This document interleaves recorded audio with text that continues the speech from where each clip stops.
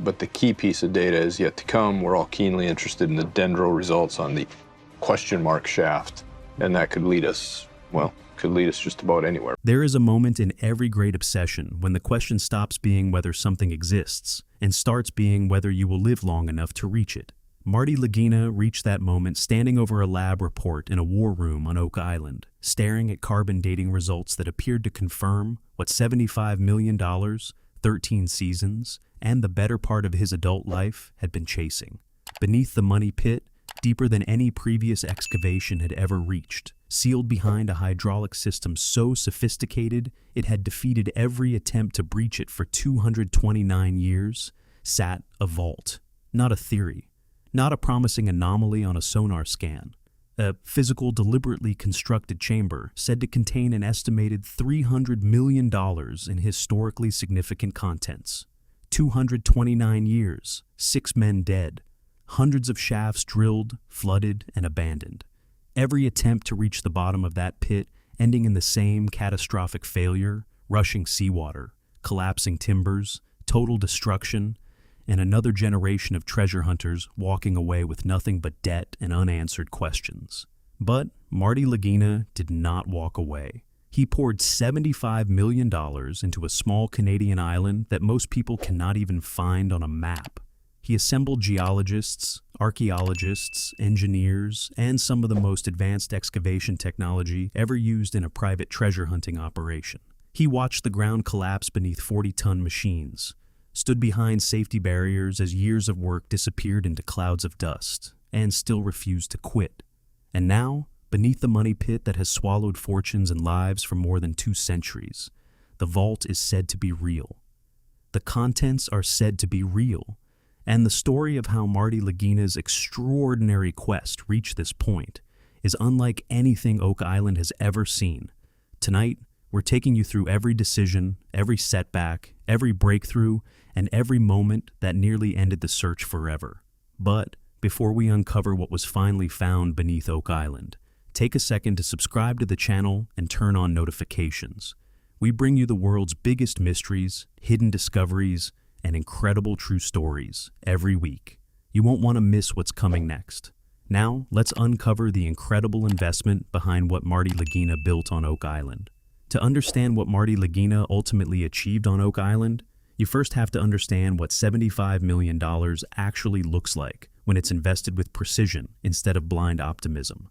There is one version of this story where a successful businessman becomes consumed by an old mystery, spends a fortune chasing legends, and watches his money vanish into the same ground that swallowed the dreams of countless treasure hunters before him. That is not what happened here. Marty Lagina never believed that writing bigger checks automatically produced bigger discoveries. Long before heavy equipment arrived on the island, he approached the mystery exactly as he had approached every successful business venture in his life, with careful planning, hard data, and a determination to separate established facts from centuries of speculation. Once the myths were stripped away, Oak Island looked very different. The familiar story was simple enough. In 1795, a young man noticed an unusual depression in the ground. Digging uncovered a deep shaft reinforced with wooden platforms placed at regular intervals. As excavations continued, seawater repeatedly flooded the shaft through what appeared to be an elaborate network of underground channels. Over the next 2 centuries, 6 people lost their lives, countless expeditions failed, and no treasure was ever conclusively recovered. That is the legend most people know. Marty saw something else entirely. Instead of asking where the treasure was, he began asking why the island had been engineered the way it was. Who designed the flood system? How advanced were the people capable of building such a complex underground structure? Were the various shafts part of one carefully planned project, or had generations of failed excavations created a confusing maze that concealed the original design? Those questions became the real mission. The $75 million investment was never just about digging deeper. It was about collecting evidence. The team commissioned high-resolution ground-penetrating radar surveys to produce the most detailed underground maps the island had ever seen. Extensive core drilling programs revealed the geological makeup beneath the surface layer by layer. Historians searched archives across Europe for records that might point to previously unknown transatlantic voyages. Every significant timber recovered from underground was carefully examined using dendrochronology and carbon dating to determine its true age. Before the largest excavation even began, years of research had already transformed their understanding of Oak Island. The evidence suggested that the famous flood tunnels were far more than crude traps built to protect buried treasure. They appeared to be part of an advanced hydraulic system, designed by people who possessed an impressive understanding of tidal forces, groundwater movement, soil behavior, and large-scale underground engineering. That realization pointed toward something much bigger. Whoever built this system likely had enormous financial resources, highly skilled engineers, and a compelling reason to conceal something of extraordinary importance. They also had the discipline to carry out an ambitious construction project in complete secrecy on a remote island beyond the direct control of European governments. As more evidence accumulated, many of the findings appeared increasingly consistent with activity that could predate Columbus. For Marty Lagina, following that evidence became the only priority. The $75 million was never simply the cost of excavation. It was the price of pursuing the truth, regardless of where the investigation led or how many obstacles stood in the way. And obstacles were everywhere. If 13 seasons on Oak Island taught Marty anything, it was that the island demanded far more than money before revealing its secrets. Its greatest defense was the ground itself. Beneath the surface lies a constantly changing mixture of limestone and gypsum that slowly dissolves over time. Every new shaft, every drill hole, and every excavation speeds up that natural process, making the underground environment increasingly unstable. Oak Island is not solid ground. It is a living geological system that shifts, settles, floods, and sometimes destroys the very evidence researchers are trying to uncover. The early seasons demonstrated that lesson again and again. A promising target would be identified. Specialized equipment would move into position. Excavation would begin. And then the island would fight back. Every time the team identified what looked like the perfect excavation point, the same nightmare unfolded. The digging would begin, only for the island's flood system to come alive once again. Water surged in from directions that made little sense based on the tunnels they had already mapped. Massive wooden supports shifted under pressure. The surrounding ground became unstable, and weeks of painstaking work could disappear in a matter of hours. Then the cycle would start all over again. Season after season, the team gradually realized they weren't simply battling an ancient engineering project. They were fighting the combined force of centuries-old construction and an ever-changing natural landscape. Over hundreds of years, dissolving limestone had created underground cavities. Those cavities became new channels for seawater, altering the island in ways its original builders may never have intended. Add 2 centuries of failed treasure hunts, collapsed shafts, broken support beams, redirected water flow, and Oak Island had transformed into an underground maze, unlike anything its creators originally built. Every failed expedition had unknowingly made the mystery even harder to solve. The closest the island came to ending the search forever happened during what many members of the team still describe as the most dangerous moment of the entire operation. Craig Tester was checking instrument readings near the central excavation when he felt something unusual. It wasn't a sound, it was a vibration.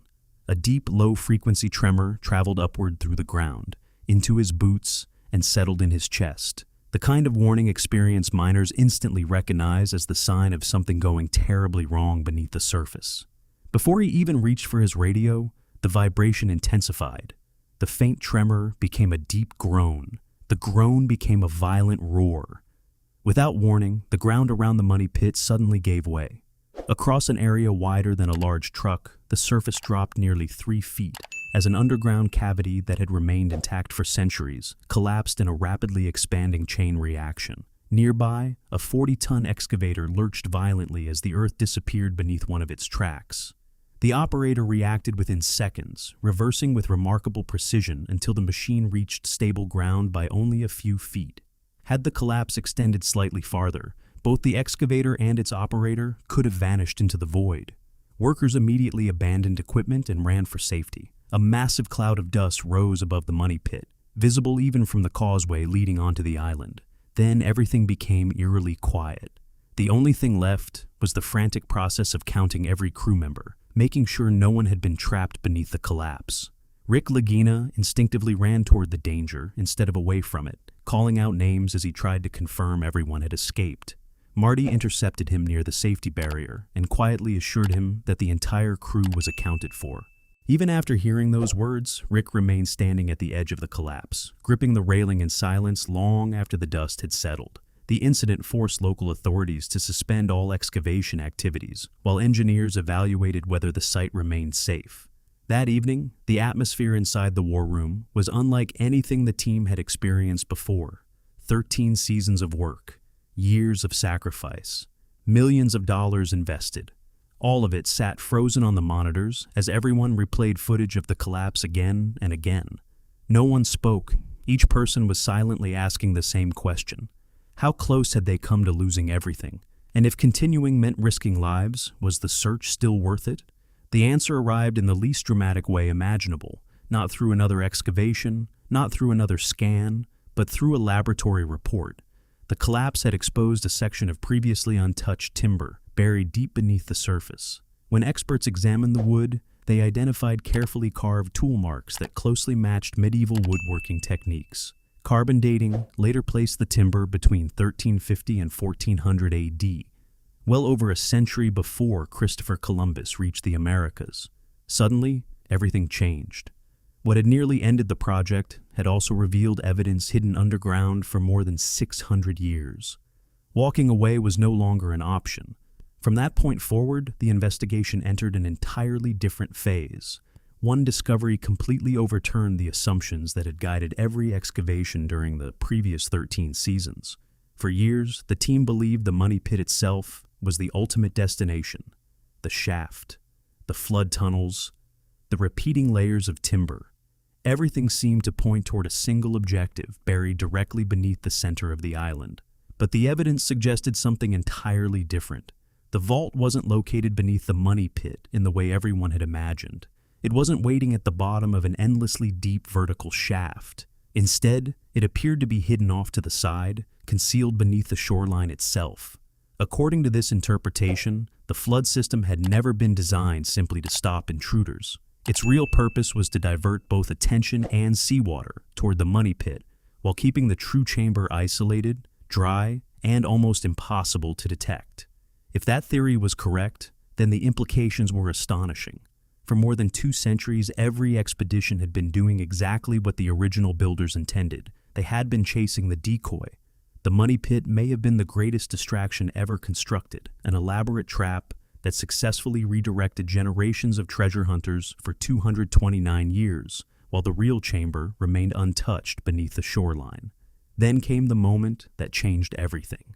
Gary Drayton's metal detector registered a signal powerful enough to justify a careful breach. As excavation equipment cut through heavy timber, a hollow echo rolled across the site.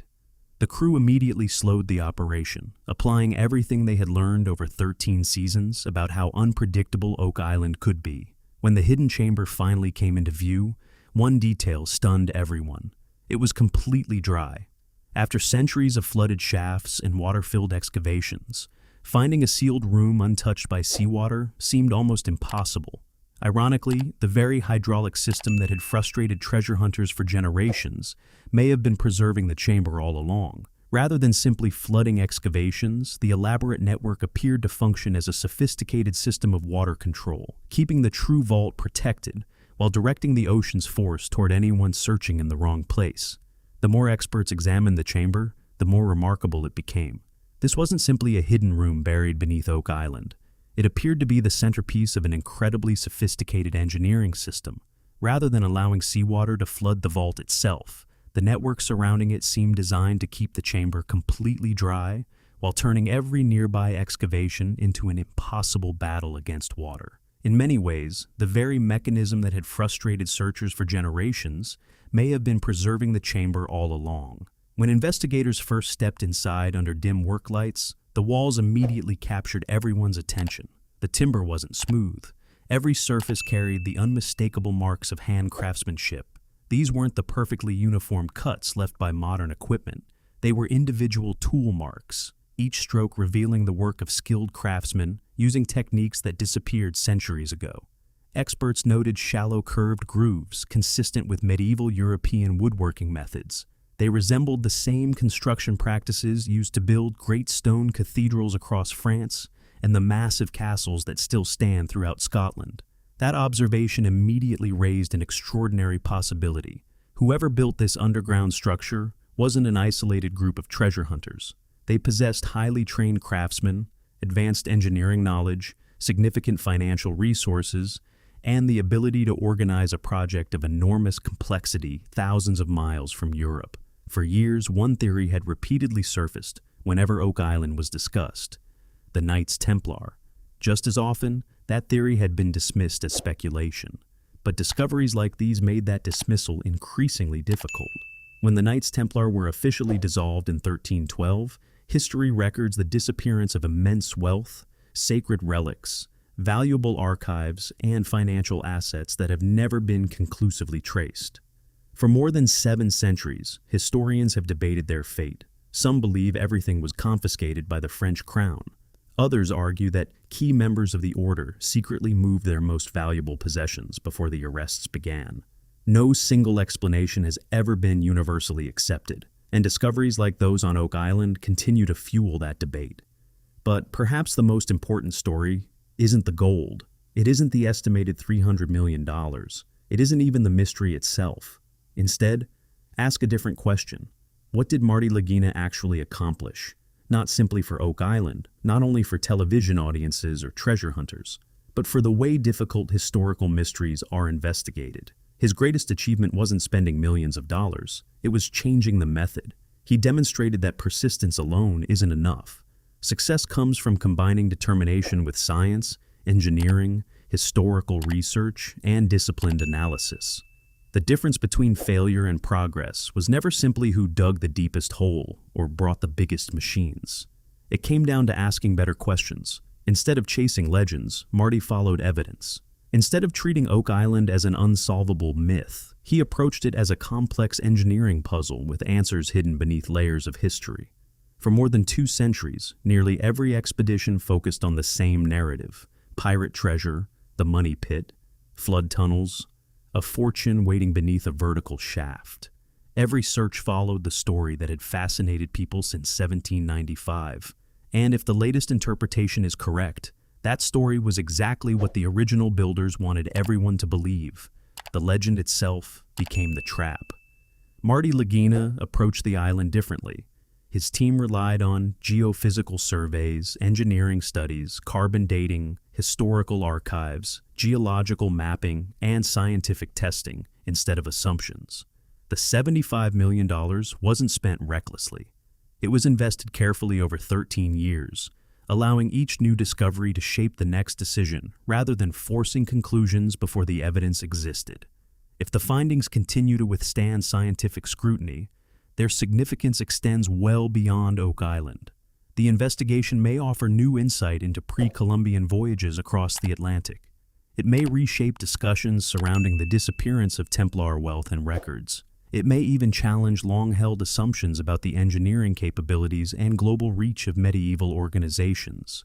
One of the most important pieces of evidence remains the carbon-dated timber from the shoreline chamber. If independent review continues to support a construction date between 1350 and 1400 AD, the implications reach far beyond the search for treasure. Such evidence would suggest that a highly organized group possessing remarkable engineering knowledge was operating in North America more than 150 years before Columbus. Whoever they were, they selected this isolated location, constructed an elaborate underground system, and invested enormous effort to protect something they believed was worth hiding. That possibility changes far more than the story of Oak Island. It raises entirely new questions about medieval exploration, European knowledge of the Atlantic, and the capabilities of organizations powerful enough to carry out projects of this scale in complete secrecy. Marty Lagina never set out to rewrite history. He simply wanted to solve a mystery that began with an unusual hole discovered in 1795. Yet history often changes that way, not through speculation, not through legends, but through patient investigation, careful analysis, and years of following evidence wherever it leads. When the existence of the vault was finally confirmed, those closest to the project remember one quiet moment above all the others. Rick Lagina looked across the site toward his brother. 13 seasons of setbacks, years of sacrifice, countless disappointments, and one extraordinary breakthrough.